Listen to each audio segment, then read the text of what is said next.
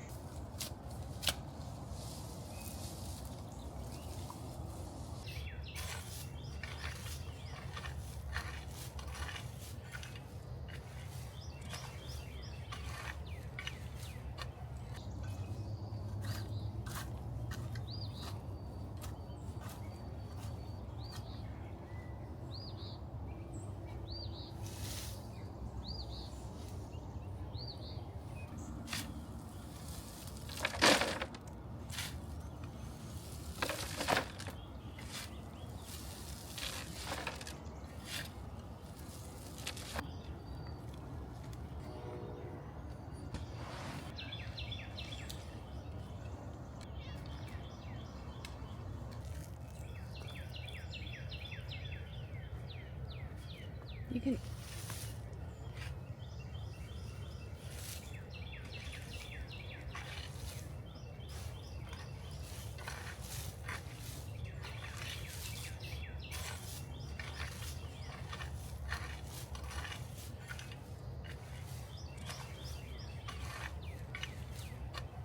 One thing that was out of balance about this garden was that when you looked out of the back steps from the porch, this bed, you know, you'll always see me filming. If you see me shooting a Q&A or something, I'm always standing like somewhere like right here.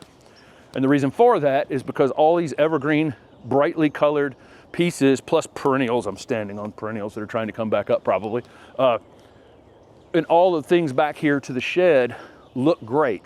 There's deciduous things back here, things that lose their leaves, things that go dormant. But because of where we live, we're able to have lots of evergreen things also blended into that. And it, you know, so this side felt well balanced. Some things go to sleep, but even during the winter time, it seems like it's got some life to it. Moving over to back over to this other side of the bed, this little corner right here, everything went to sleep. Completely and totally everything went to sleep here. So I had this autumn bonfire encore azalea, and it was tucked too far up in the shade over here. And so it's thin a little bit, but it's about to flower. And as soon as it finishes flowering, I'm gonna give it a bit of a haircut to get it fuller again. And then we had this feeling blue deodar cedar that was on the other side of the path over here, and it's looked great, or sitting right there where that path is. And we moved it over here. So now we have two evergreen elements to kind of balance out the two evergreen elements we have on the other side of the bed. And then we moved my contorted Tomukiyama Japanese maple to the middle several months ago. Now the bed, if you stand back, it feels like it's a little more balanced. There's a lot of things going to sleep, a lot of things changing over the year, but some of these things will still be evergreen when those things go to sleep. This feeling blue, this is kind of fun because we're equal opportunity plant folks, and this feeling blue deodar cedar was a Lowe's clearance plant. Be careful buying conifers on clearance, because if they've been underwatered or overwatered, they're unlikely to be very fast coming back. This one was in great shape in the container and had just been moved to the clearance area. With leafy evergreens, you can get away with a little bit of, you know, if the plant's gotten a little thin from being underwatered, you know, you're probably okay. It'll flush back out. You can prune it and it'll flush back out. Conifers are so slow to recover. If you buy one that's lost 50% of its needles or 50% of the plant in some way, I think you're gonna be in for a long fight. But this one was in great shape. This plant can be anything we want it to be.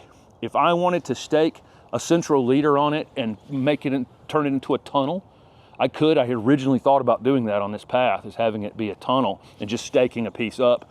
Or I can let it be a weeping wide thing like it is now. I can prune the edges back. Again, I've seen this plant in there lots of times in gardens across America, and it's different in every single application somebody has it being used in. So it's whatever you want it to be, and it's one of our favorite plants.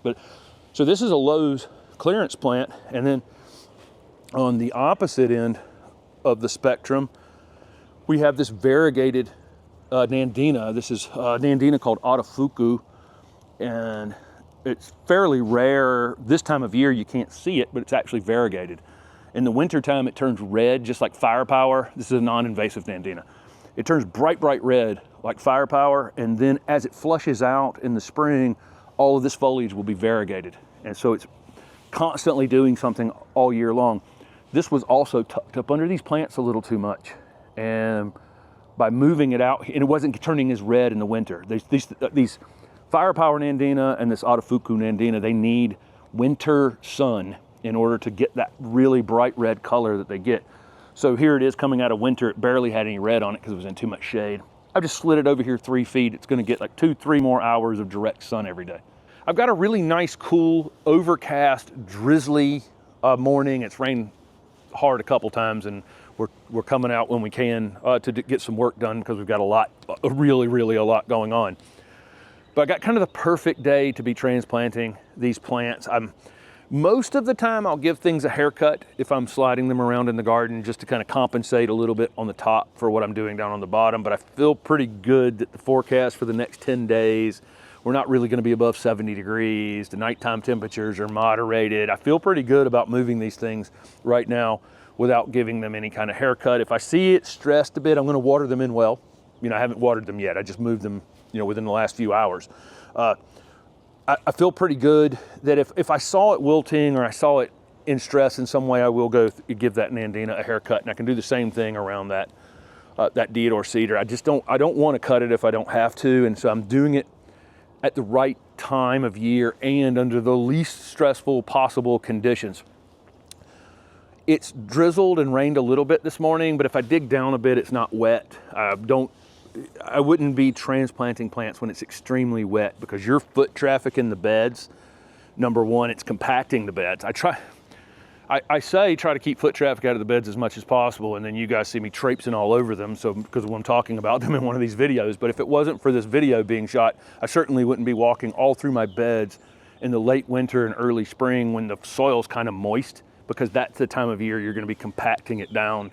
And we've put a lot of work and effort into creating a soil that earthworms and other beneficials are taking advantage of, and so I don't want to recompact it from all of that work. So moist conditions are great conditions for transplanting. Wet conditions, not as much, because you're going to potentially damage your beds, but you're also potentially going to, but with the soil's muddy, when I tamp the soil back in around the plants a bit, if it's really wet and muddy, you can stomp it down and really kind of stomp the oxygen out of the soil and over compact around them. So moist is good.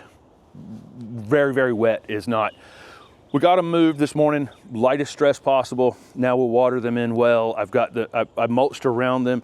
This spot has a Monarda that I dug up. It's already starting to come back up, a bee balm that's being super aggressive in the bed. In fact, it's out here in the annual border and everywhere else, but we may transplant this to somewhere else. But this time of year, you'll see some of your perennials coming back up as bullies, where they're not in the space you left them. I've got another salvia back here that's doing the same exact thing. We have to rein this thing in every single time it wakes up every spring. Some of your perennials will try to be bullies like that.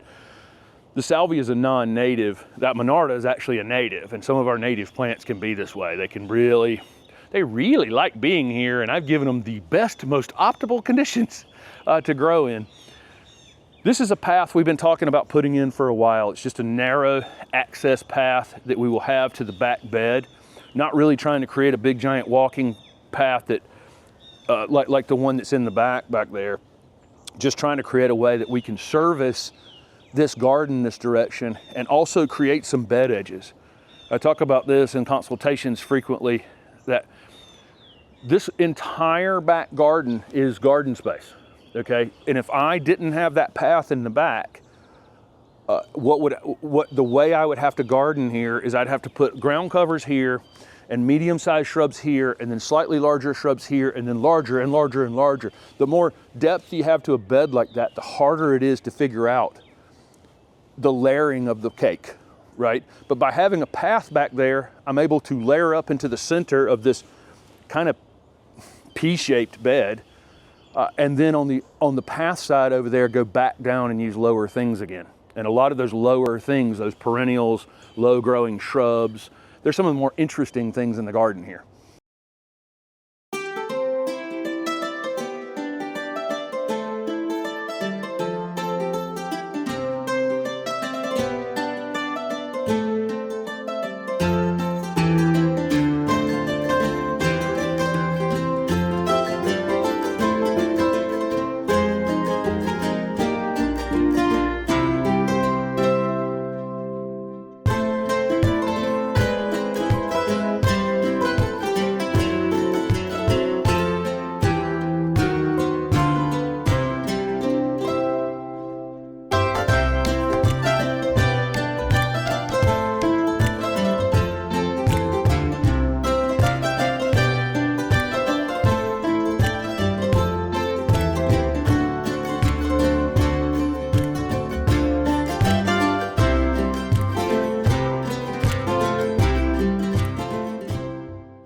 If the soil wasn't moist, I would have watered back several days ago before I started transplanting these plants. I wouldn't have watered them just that morning. I would have, I knew this area was moist. I know how much rain we've gotten recently, but if you think the area might be dry, You can go out and water it beforehand. You can also cut the roots on them and root prune them. I've got entire transplanting videos, including one like 2 weeks ago or last week, transplanting a snow joey viburnum in the front garden. And I did cut it back and went through all the steps of transplanting if you want to know more about transplanting.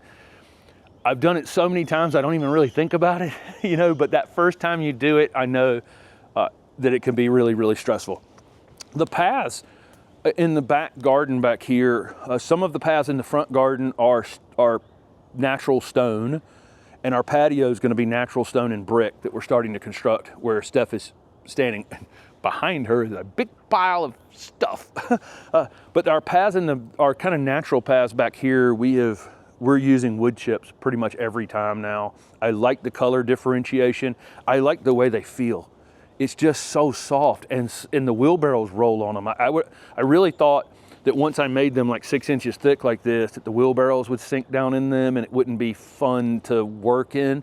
But they're surprisingly firm, but still give a bit. The dogs like walking on them, you know. So again, this wood chip paths I think are the way to go for differentiating, and the price is right. You know, any kind of stone or stepping stones I bought would have been very expensive. This load of wood chips cost me $20 tip to the driver.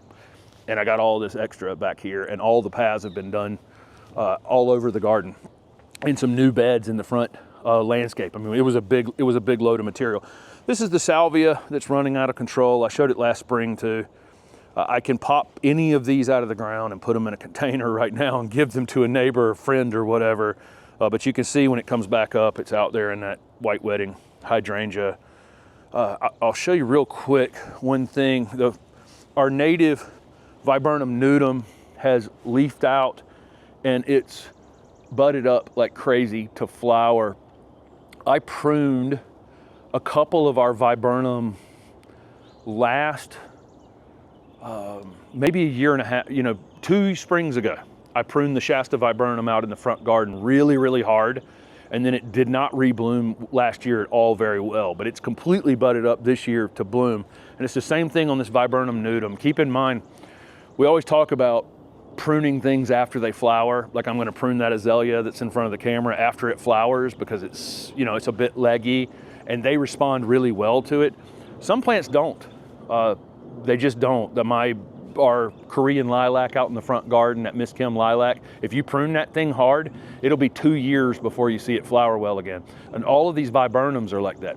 Plus, the other thing about pruning these viburnums is the Shasta viburnum does not produce berries. It's a sterile one, but all of our other viburnum in the garden produce some sort of fruit that the birds take advantage of in the fall.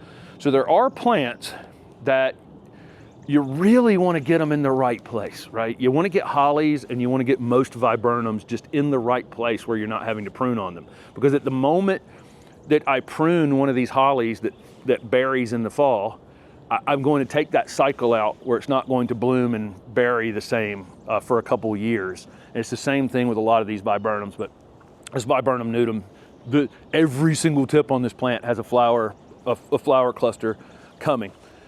This is one of the more interesting plants in the garden. This is a variegated hydrangea paniculata. We can see it just starting to leaf out, and it will be incredibly showy. We lose a little bit of this color as the season goes on because we've got it in some shade.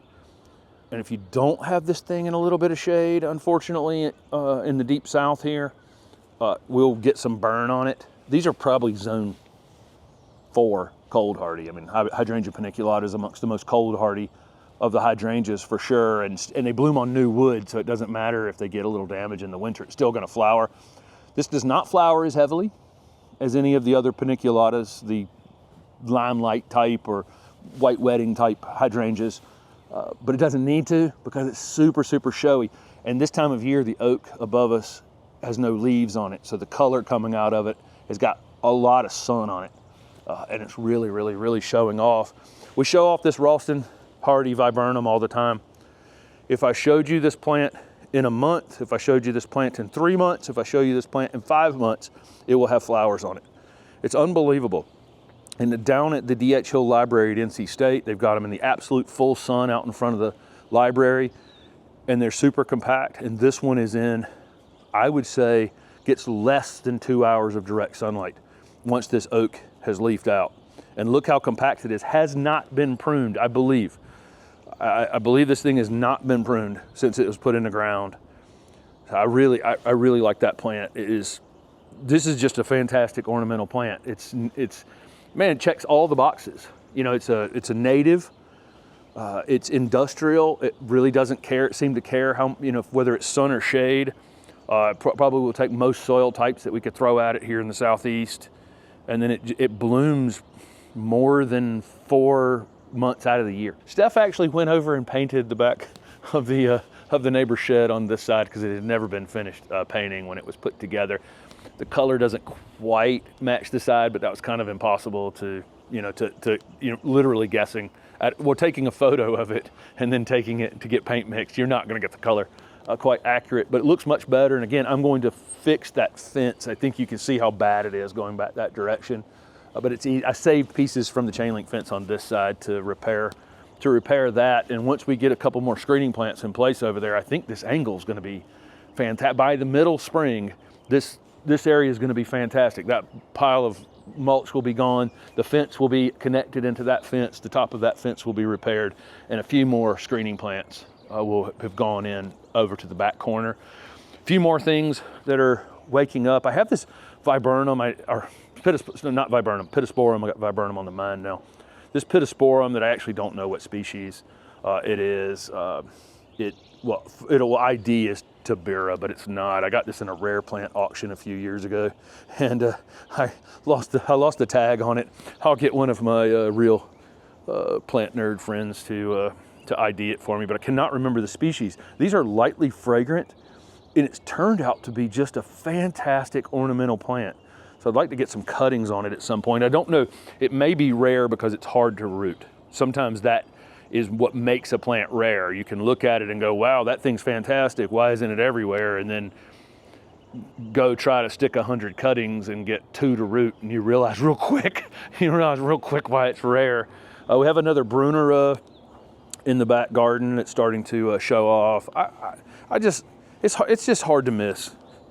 It's hard to miss with these Brunner. There are several in the garden, and it doesn't seem to matter whether they're in the drier shade or heavier shade. I need to pull the mulch back from that a little bit. I mulched yesterday, and I mulched this whole bed yesterday, raked it out from, there's drone footage of that, but I need to come back around these plants. What I always do after I rake is come back in and go right down to the base of the plants and just kind of get any mulch that I happen to rake up on the plants after you finish.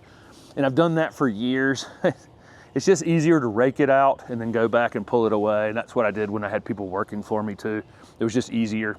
I've got deciduous azalea that'll be blooming in a week or two. We'll talk about that when it does.